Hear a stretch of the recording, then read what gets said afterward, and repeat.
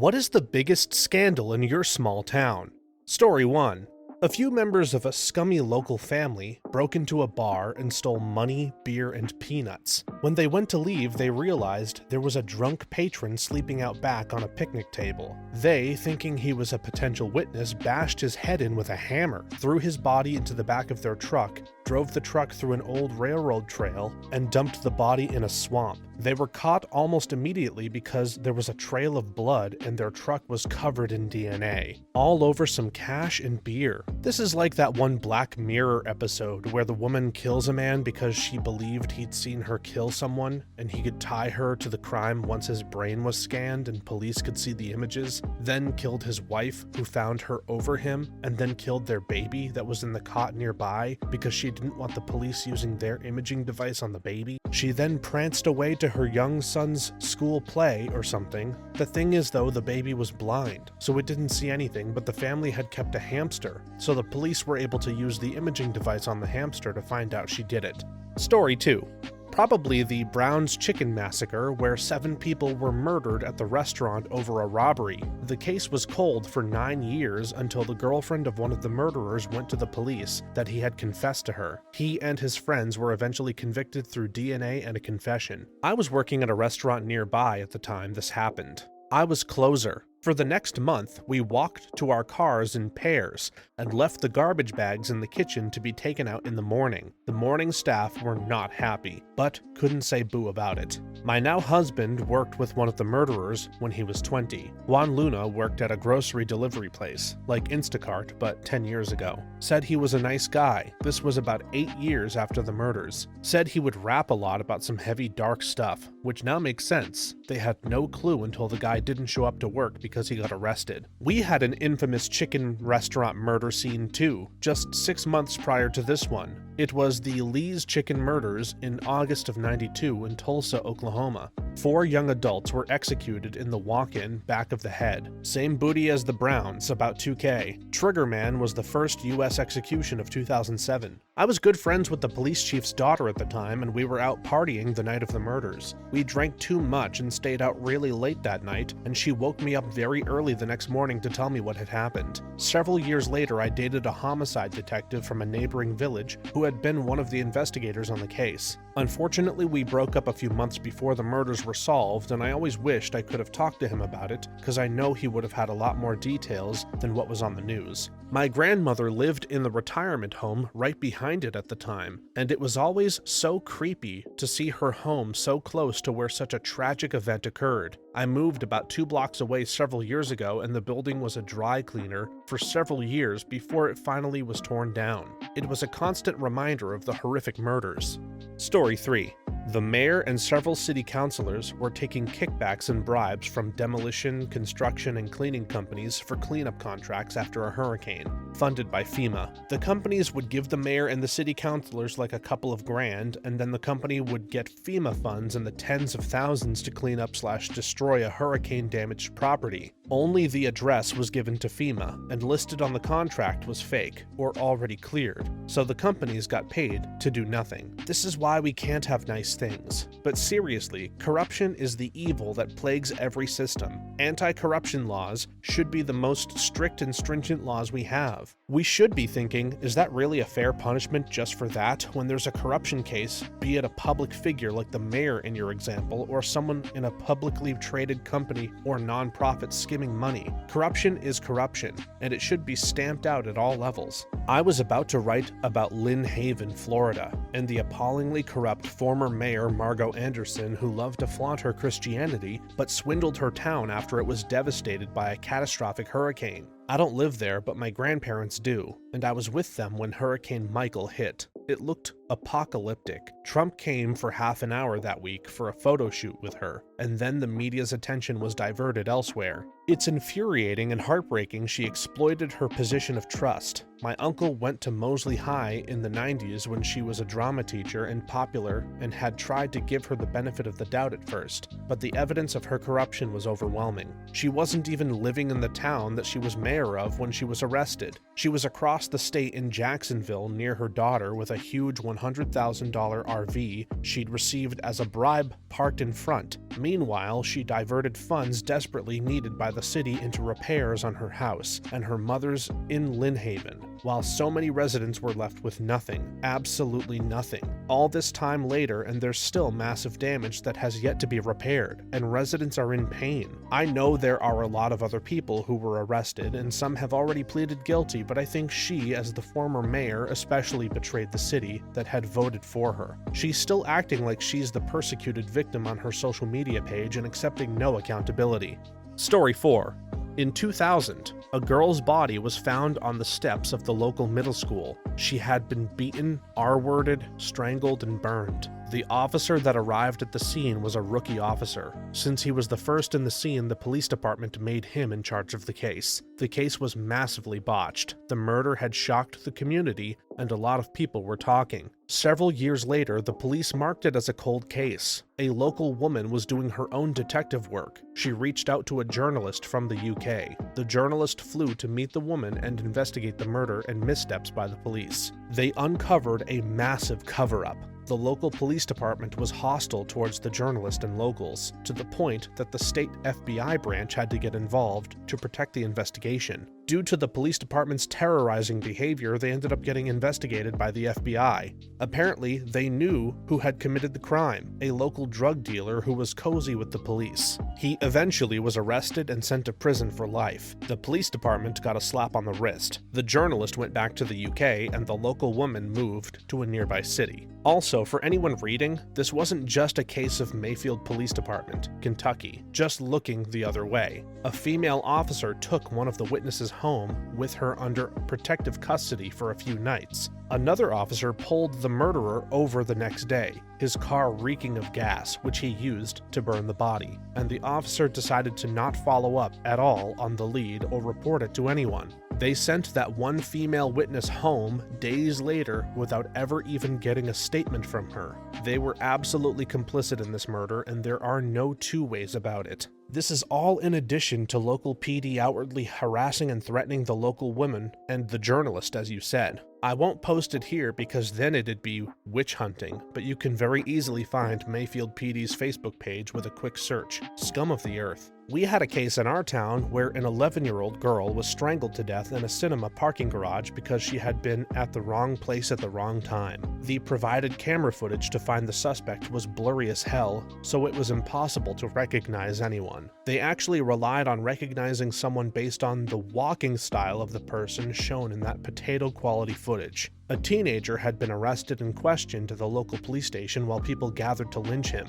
Turned out he was completely innocent. The real murderer has been found, and the family of the falsely accused boy moved away. It was really shocking and sad, and I feel bad for the boy who had been accused of something that horrible and his family. I feel bad for the girl and her family, her mother and the man who found her, and the boy who has been friends with the girl. He and her got into an argument and went separate ways before they could solve their problem. It's so sad and horrible. Nothing similar happened before, as far as I know, and after this in my town. I'm mad that people actually gathered to kill someone innocent. Why don't they think? It's innocent until proven guilty, isn't it? This is a German town, by the way. Screw you to all of them, and screw you to the teenager who killed the girl. Story 5. There was an anesthetist who worked at our local hospital and another hospital in a different town. He was rather well known among other doctors and known to be good at what he was doing. He only had a small problem with being addicted to painkillers and anesthetics. So to feed his addiction without getting caught, he shot up part of his patient's drugs before injecting the same needle into his patient. Thus went unnoticed until it was discovered that over 60 of his patients got infected with hepatitis, and that he was the source of it. He was fired and his license revoked, as far as I know, but the hospital's image still suffered quite a bit. Crap like this makes me wonder. I had a dental experience approximately 5 years ago that I can't shake off. I had a filling, so he shot me up with Novocaine. He began to drill, but I felt everything, so he gave me another shot. Still felt pain, so he gave me a third. 5 Novocaine shots later, which is apparently max doses, and I still felt pain. At that point, I was freaked out and in pain and threatened to walk with a hole in my tooth. He made me sit down to finish the tooth while I felt everything. I haven't been back to the dentist since, and I need to. I worked at a private psychiatric facility in the 90s that specializes in substance abuse treatment. One of the doctors was a former surgeon who had lost the ability to be a surgeon when it was discovered that he was cutting into people while a morphine drip was taped to his leg. He also made it clear that going through rehab didn't fix being an a-hole. That reminds me of one from where I used to live. An anesthetist got in trouble for stealing drugs for himself, but only got a slap on the wrist and had to take regular urine tests while being observed. He was passing them, but then they noticed that the tests said he was pregnant. Turns out he was taking his girlfriend's urine and using a catheter to fill his own bladder with it before peeing the observed drug tests. Story 6. Not much of a scandal, but more of a tragic event. In my small cow town, there was a missing little girl who was found in a suitcase that was floating in a water canal. The culprit turned out to be her neighbor, who also had a daughter the little girl would play with. The entire city was shocked, as it hit really close to home. You left out that poor Sandra's killer was the mother of her friend and the Sunday school teacher, the last person that anyone would have expected. Horrifying. Not to mention, from the beginning, she'd shove herself into the case. It was her suitcase that was stolen. It was she who received the letter about where the body was during an awareness meeting where everyone was upset and crying. She came running in hysterics about it. In reality, she knew where the suitcase was and she wrote the letter. Story 7. Remember that ALS Ice Bucket challenge thing? There was a bit of an incident in my small town where 2 high school seniors pranked a mentally disabled student by asking him to participate in the Ice Bucket challenge, but instead dumped a bucket full of tobacco spit and human waste, etc. onto him. Needless to say, there was some outrage, and the 2 seniors were eventually arrested. I only heard about the case through the grapevine, but it was a pretty big deal at the time. I thought their sentence was very light when I heard it. They accepted a plea deal for straight probation for a short duration. The only caveat was that they'd have to voluntarily receive a similar treatment that they subjected the disabled student to at a local farm. I was surprised how common unusual sentences are when I looked into it. There are dozens of stories about them happening in plea deals, and those are just the ones that made the news. Again, I thought the sentence was super light. Surely they'd just laugh it off, wipe it off, and shower afterwards. But then I was shown a video of it at one point. Not sure how the video got leaked, but it was sent to me from a friend who got it from a friend who got it from a friend. And I was rather disturbed, but also somewhat happy to find that I was mistaken. It was awful. I only saw one of them in one of those inmate restraint chairs on the farm, and I thought it'd just be a little manure poured onto him and he'd just wipe it off. Nope. This stuff heavily poured onto him for at least 45 seconds straight, and it didn't look at all like a dog or human's waste. This stuff was thick, oozing, brownish greenish sludge, falling right onto his head, smearing all over his face and hair, and pulling up on his shirt and lap as it oozed all over the place and ran down his body. And it must have smelled bad because he was retching the whole time and puked a couple of times. And it didn't just stop. By the end, he wasn't even recognizable. Even when they released him from the chair, he was trying to wipe it away, but it was all stringy and oozing and smearing everywhere. Man, it looked rough. Perhaps an appropriate punishment after all, and more effective than jail. I'm glad he experienced a fair consequence for his actions. Similar to what some countries do to cheetah poachers. Cheetah feces are extremely potent, and are used by poachers to track their targets. So the authorities force the offenders to eat cheetah poop. The end goal is to basically traumatize them and make it impossible for them to go back to poaching without having flashbacks of the time they had to eat that stuff. Story 8. I'm from a very small town in Canada. Very quiet, nothing big ever came up, and it was a fairly tight-knit community. One day, an explosion went off in an apartment building. A 23-year-old single mother who also happens to be a quadriplegic was killed instantly. The case was eventually solved. The explosion was a gift-wrapped pipe bomb left by her former financial advisor. He squandered hundreds of thousands of dollars from her and was convicted for it. He was then released on bail and then left the bomb. I remember watching a presentation by one of the forensics experts on the case. There was a caretaker in the same apartment at the time, and if I recall properly, the caretaker was in the kitchen and the blast had very narrowly missed her. This was due to a laptop being in front causing a piece of shrapnel to hit it, and flew just barely above her head. It was said that it would have likely killed her had it hit. Scary to think about, but very lucky. I'm from a small town in Canada too. There were 2 men in my town that decided to build some bombs. One killed a couple of baggage handlers at Narita Airport. The other bomb, made from parts bought at Wilco, took down a fully loaded Air India 747 over the ocean. I used to buy spray paint from one of these men for my BMX bike. I painted it often. He taught me to read the code on the bottom of the can and get more durable paints. The man is the biggest mass murderer in Canada. Also, a friend of mine from my childhood neighborhood killed a cabbie for a few bucks in the late 80s. It was on Forensic Files with Graham Greene. It's the one where they got his DNA from the coffee cup. Oh, and my father-in-law is Clifford Olson's cousin. And my best man used to be the drummer for Nickelback. That's the real savage story. My town also had a guy blow himself up with dynamite on a local mountain after saying he was going to be willingly abducted by aliens. He built a UFO on his property too. Besides the Japanese Zero aircraft, he also, at 19, single-handedly pulled an abandoned locomotive out of the bush piece by piece, restored it, and it sits in a museum now. Genius? And what blows my mind is all of this is true. Story 9.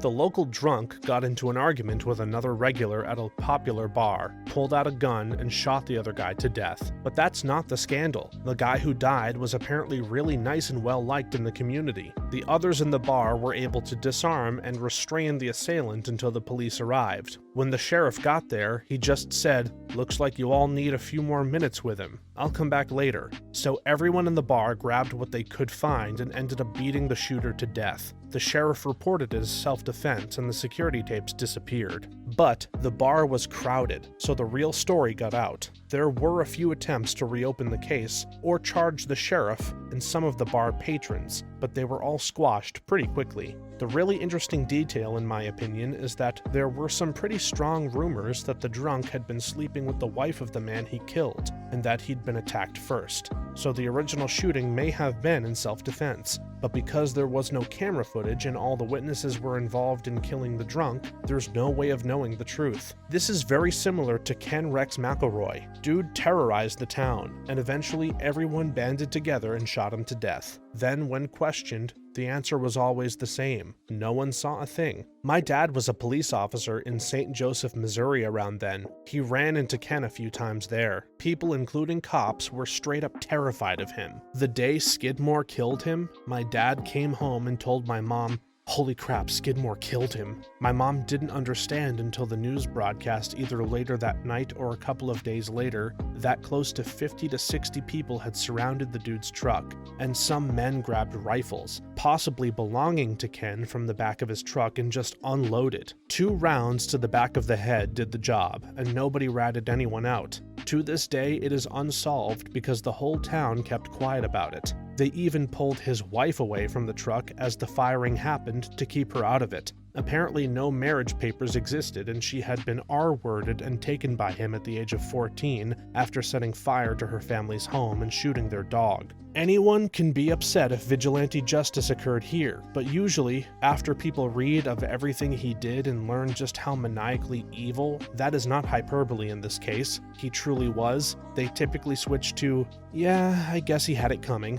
Story 10. I live in a small Russian city named Nalchik. In 2005, we were attacked by terrorists. Mobile groups of terrorists of 5 to 6 people with a total number of about 200 people. Armed with various small arms including RPG-7 and RPD, enter Nalchik in cars from 2 directions. There were the first shootings between police officers and militants on the outskirts of the city. 14 civilians and 35 police officers and law enforcement agencies were killed. More than 240 people were injured, including 129 law enforcement officers. I was 5 months old then, and the stories of my parents are very surprising, because now our city is very quiet and almost nothing happens. On October 13th, 2005, Nalchik was attacked by a large group of Yarmuk Jamaat militants, led by Shamil Basayev and Anzar Astemirov. Buildings associated with the Russian security forces were targeted, killing at least 14 civilians and wounding 115. 35 policemen were killed in the fighting, and 89 militants, including prominent leader Lyas Gorchkanov, were killed while another 59 were arrested.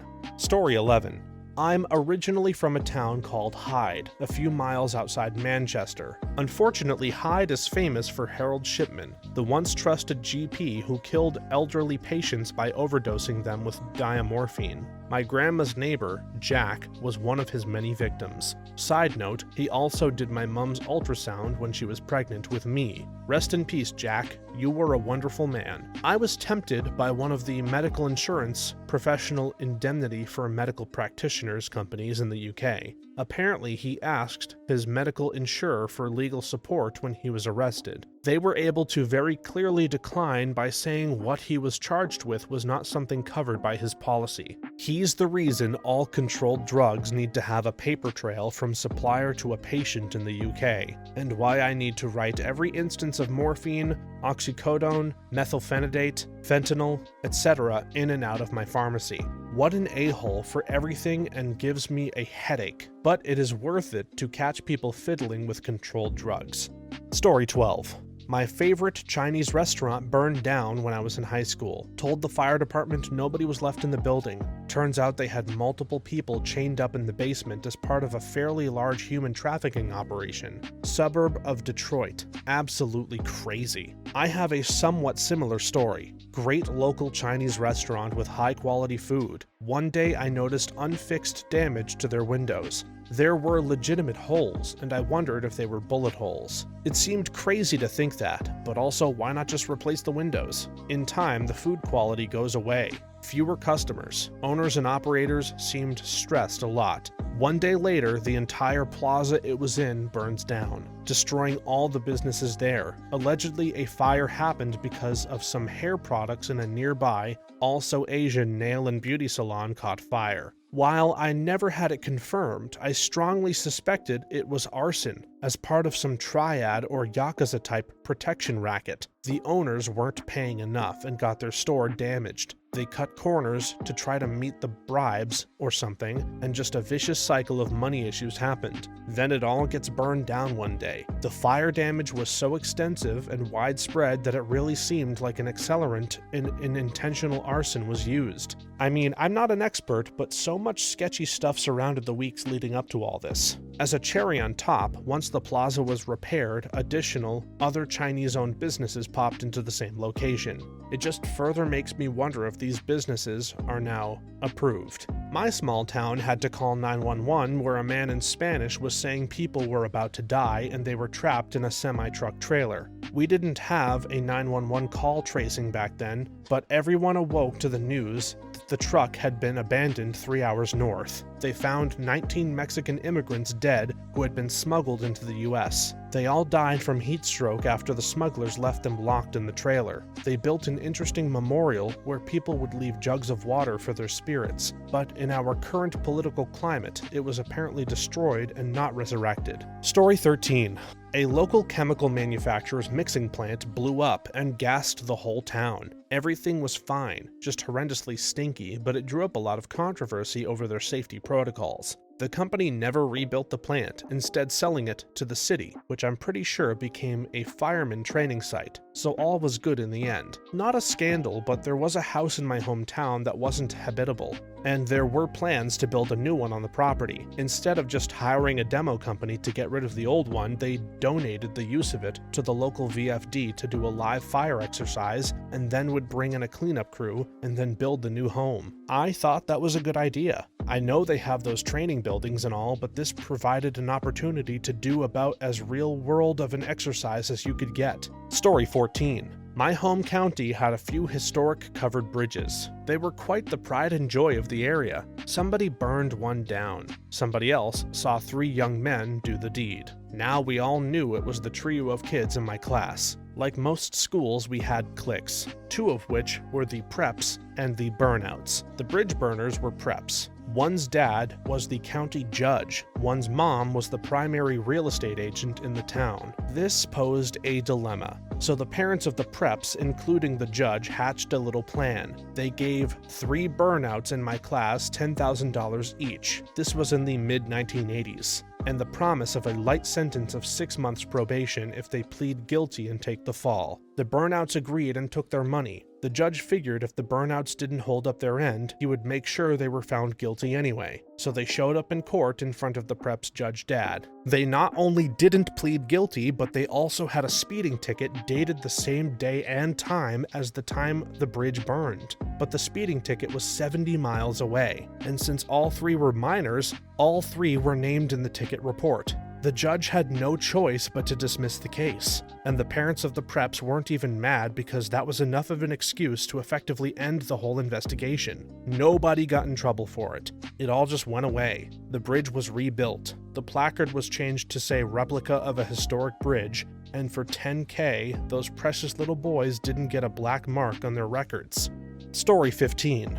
2 guys drove home extremely drunk from a bar in a pickup truck. The driver woke up the next morning in blood-splattered clothes. He had driven off the road and hit a wire holding up a telephone pole, decapitating his friend, who had his head out the window. He didn't realize he had done it until he saw his friend's body, sans head, in the passenger seat the next morning. That reminds me of an episode of one of those crime shows. Can't remember if it was Law & Order or NCIS or what. Guy hit a pedestrian who got lodged headfirst in the windscreen. The driver panics and drives home and leaves the guy in the windshield with his car in the garage for the weekend. The episode ended with the driver being arrested and being told that the pedestrian had been committing suicide and had left a note, and that he'd been alive for most of the time in the garage. Story 16. High school kid caught drinking and driving. A local cop pulled him over and told him to go home. So he did. Got some more beer from the fridge and went back to drinking and driving. Hit a disabled wheelchair-bound neighbor, who later died of his injuries. The kid was arrested and charged with manslaughter. The parents bailed him out of jail to await trial. The kid committed suicide. Wasn't this the point of the drunk tank back in the day? If you find a drunk person doing something dangerous, you throw them in a holding cell for the night until they sober up. It's for the safety of themselves and others. Why did we stop doing that? It sounds like a reasonable middle ground between letting a drunk person run wild and messing up their entire life with a criminal record. Story 17. At my high school one year, the whole basketball team held a kid down and took turns teabagging him. That was a pretty big thing. Not sure exactly what happened, but it was a big story around here for a while. A few years before that, my school was one of the first in an experimental program where they had an undercover female cop act as a student for most of the school year. She had a boyfriend and was even in the school yearbook. That was big as well. The only person in the whole school that knew was the superintendent. At the time, I had heard she even had slept with one of the students as well, and did take drugs, even though the article says the cop didn't. It's funny to me when I read about long-term undercover work to expose drug dealers, because at my high school, you could have essentially just walked in and asked the first person you saw if they knew anyone who was selling. It didn't do much after a year. I used to sit at the lunch table with this kid who supposedly had the highest GPA in my class, about 750. But he also shot up in the morning in his car and would snort lines of heroin off the lunch table. He would pour out a bit under the lip of the lunch tray and then bend down. He had long hair that would surround his face and make a curtain so you couldn't tell he was snorting stuff. He sold it at the lunch table too, pretty damn obviously actually, LOL. Some of them also liked to robo-trip and had to have people walk them around before they threw up a whole bottle of Robitussin and then just dashed. Story 18. I'm from a very weird small town, so this for sure isn't the biggest, just a really funny one I remember from years ago. My friend was a senior in high school and had a longtime girlfriend who was also a senior. While she was on vacation with her family, he had sex with another girl in his girlfriend's bed. His girlfriend didn't know about it until it came out that the other girl was pregnant with his kid. He admitted to hooking up in her house while she was gone. His girlfriend ends up forgiving him and gets pregnant about 3 months later. so my 18-year-old friend has gotten a 17-year-old and 18-year-old pregnant within a couple of months of each other. A few months later, before either child is born, he gets arrested for possession of marijuana. The arresting officer was the 17-year-old's dad. He ended up losing a college sports scholarship because of it. He still lives in that small town and is not with either of his baby mamas, and his kids are in the same class. The town only has a few thousand people, so it was pretty scandalous. Story 19.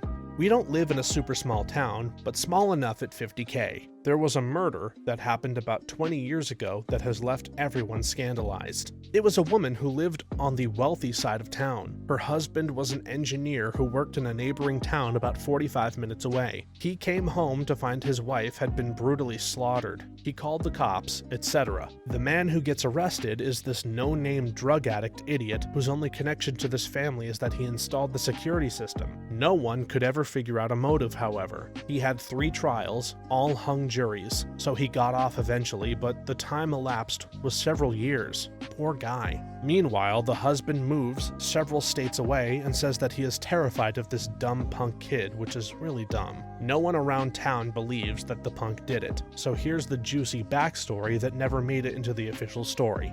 First, they found gay porn on the husband's computer, which is odd to begin with since he claimed that the murderer put it there. Apparently, there was a group of super wealthy, and I mean 1% of the 1%, not sure why they want to live here, but whatever, locals who were engaging in swinging. The murder victim and her husband were members of the group. One of the other members of this group is a high-powered attorney around here. He is an absolute snake. He ensured that the punk kid trapped himself into a made-up confession that never had any merit. The reason the attorney did that was to hide the fact that it was actually his wife who most likely committed the murder. The murder victim and the attorney were apparently having a private affair separate from the swinging. The attorney's wife found out and lost it and killed the woman. Thanks for watching until the end. If you have a juicy story to share with us, like these, please leave it in the comments below. If you enjoyed this video, please leave us a like and subscribe. For more videos like this one right now, please stop by our channel. Thanks again, and we'll see you next time.